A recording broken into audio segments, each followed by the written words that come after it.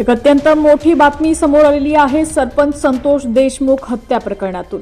मसाजोगचे संतोष देशमुख यांच्या हत्या प्रकरणातील सर्व आरोपींचे एकत्रित सीसीटीव्ही फुटेज समोर आलेले आहेत। ज्या दिवशी आवादा पवन ऊर्जा कंपनीकडे खंडणी मागितली त्याच दिवशी सर्व आरोपी एकत्र आल्याचं व्हिडिओतून स्पष्ट होतंय। 29 नोव्हेंबर 2024 चे सीसीटीव्ही फुटेज असल्याचं सांगितलं जातंय। या सीसीटीव्हीच्या रूपानं खंडणी प्रकरणातील सर्वात मोठा पुरावा मिळाल्याचं बोललं जातंय। बातमी सविस्तर पाहूया त्याआधी तुम्ही HPN मराठी न्यूज चॅनल पहिल्यांदाच पाहत असाल आणि अजूनही चॅनलला सबस्क्राइब केलं नसेल तर नक्की सबस्क्राइब करा, जेणेकरून आमचे अपडेट्स लवकरात लवकर तुमच्यापर्यंत पोहोचतील।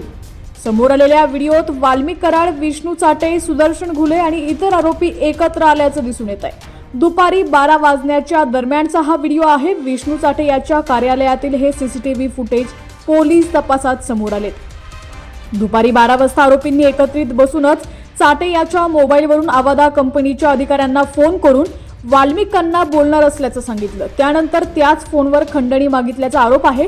पोलीस FIR मध्येही तसाच उल्लेख आहे। तेज तालुक्यातील मसाजोग गावात आवादा कंपनीचा प्रकल्प सुरू आहे। या प्रकल्पाकडे वाल्मिक आणि त्याच्या गँगने 2 कोटींची खंडणी मागितल्याचा आरोप आहे। त्यातील 50 लाख रुपये निवडणूक काळात दिले गेल्याचंही भाजप आमदार सुरेश धस म्हणाले।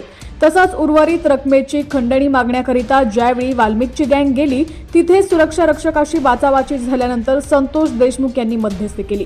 आपल्या खंडणी प्रकरणात मध्यस्थी केल्याचा राग मनात ठेवून संतोष देशमुख यांची हत्या झाल्याचं सांगितलं जात आहे। खंडणी आणि खून प्रकरण एकमेकांशी संलग्न असल्यानं दोन्हीही प्रकरणांचा तपास CID आणि SIT मार्फत केला जातोय।